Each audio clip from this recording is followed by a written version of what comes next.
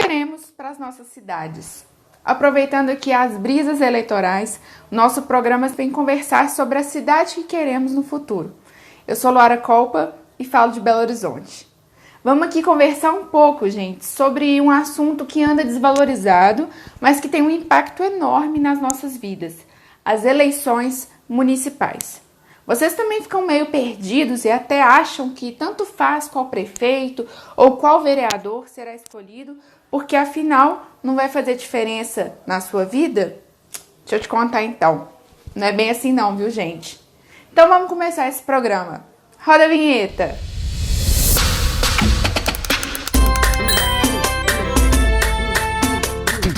Vamos lá, pessoal. Apesar dos governos, federal, estadual, terem uma grande influência na definição de políticas públicas, é aqui, na esfera municipal, onde as pessoas se encontram e que a vida realmente acontece.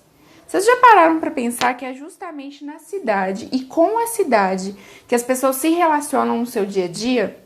Isso faz com que a estrutura de uma cidade interfira diretamente na vida de milhares de pessoas cotidianamente. Vamos ver aí alguns números. Segundo estudos da Embrapa, embora apenas 0,63% do território nacional seja área urbana, nesse espaço abriga 84,3% da população.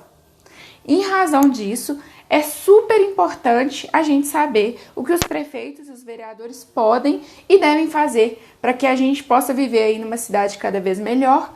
Em outras palavras, gente, na cidade que a gente quer.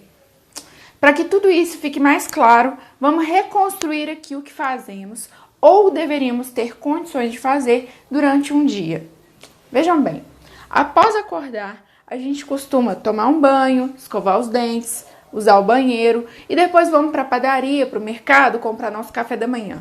No interior, ainda tem aquelas coisas gostosas chamadas de mercearia ou quitanda, Pois bem, gente, depois disso a gente vai trabalhar, estudar, se tivermos filhos, deixá-los numa creche, numa escola, usamos transporte público como a maioria da população ou um carro, enfrentamos o trânsito, trabalhamos, repetimos o trajeto de volta para casa e se der aproveitarmos ainda um tempinho com a família ou termos um minuto de lazer.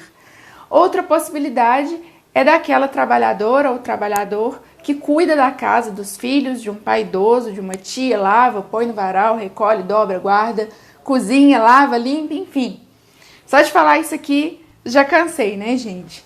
Então, aproveitando aqui a pausa para a gente descansar de tudo isso que a gente faz, eu vou pedir aqui rapidinho para que vocês curtam esse vídeo, curtam aqui nosso canal no YouTube, nos podcasts, nas redes sociais e contar para vocês que a gente é um canal independente, ou seja, a gente também precisa de padrinhos e madrinhas. Então, vou deixar o link aqui, apoia.se/politiquejo, para a gente espalhar informação sem fake news e para a gente contribuir entre a gente, Mas então, retomando aqui a nossa municipalidade, deu para perceber como só nesse pequeno recorte há várias situações que são de responsabilidade do município, como saneamento básico, comércio local, trânsito e transporte público, educação básica, promoção de lazer em espaços públicos.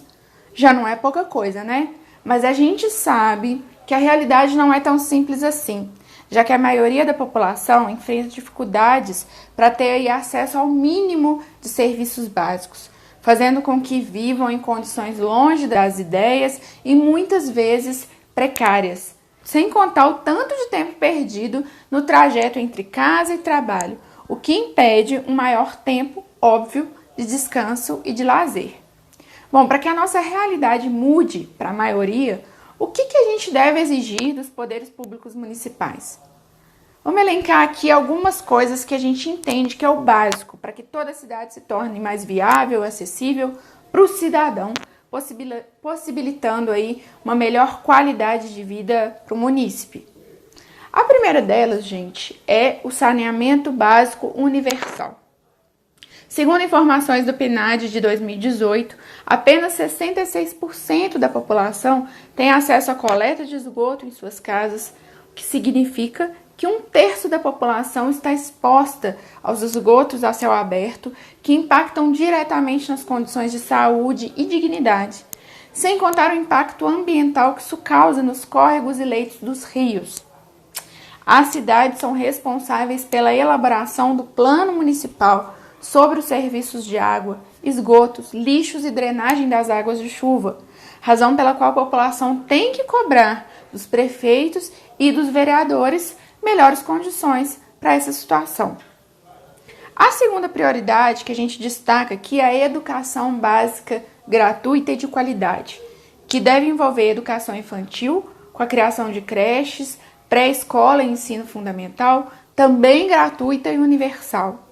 Sabendo que sua filha ou filho estará num lugar bem estruturado, seguro, com uma equipe de profissionais bem treinados e vigilantes, dá para trabalhar mais tranquilo, né, gente? Convenhamos. Isso sem entrar no mérito de que muitas vezes você vai bater perna fazendo entrevista de emprego e não tem suporte necessário para fazer. Por quê? Não tem com quem deixar os filhos em segurança, com alimentação balanceada, de qualidade, por exemplo. E muitas vezes é logo antes de buscar a cria na escola que dá para correr no banco, na padaria e, por que não, fazer aí até um cursinho de inglês. Ou seja, uma educação básica, gratuita e universal, de qualidade, possibilita uma melhoria significativa na vida de todos. Bom, outro fator importante é a mobilidade urbana, principalmente em cidades maiores, como Belo Horizonte, nas quais, em razão de grande especulação imobiliária, o trabalhador das áreas centrais é empurrado para as franjas da cidade, o que torna mais difícil e demorado seu deslocamento. E o que agrava essa situação é a precariedade do transporte público, principalmente a integração entre cidade da mesma região metropolitana, o que gera um custo aí muito alto de deslocamento e a perda de muitas horas nesse trajeto.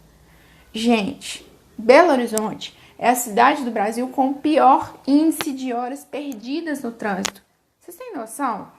Belo Horizonte é pior do que São Paulo e Rio de Janeiro, por exemplo.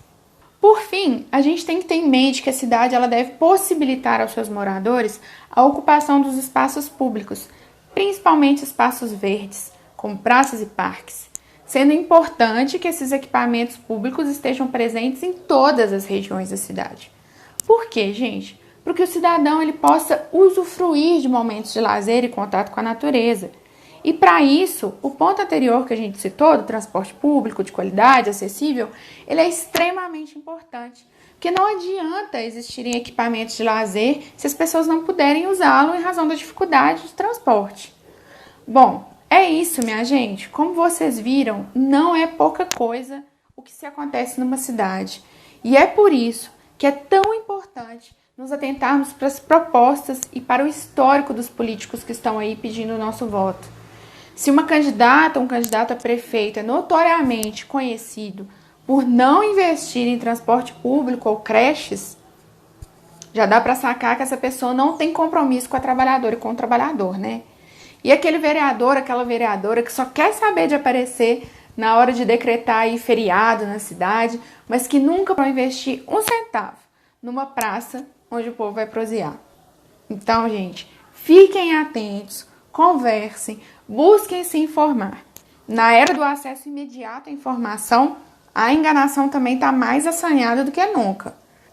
Então, fiquem bem, contem conosco, inclusive para desfazer aí fake news de candidatos. Tá bom? Um beijo!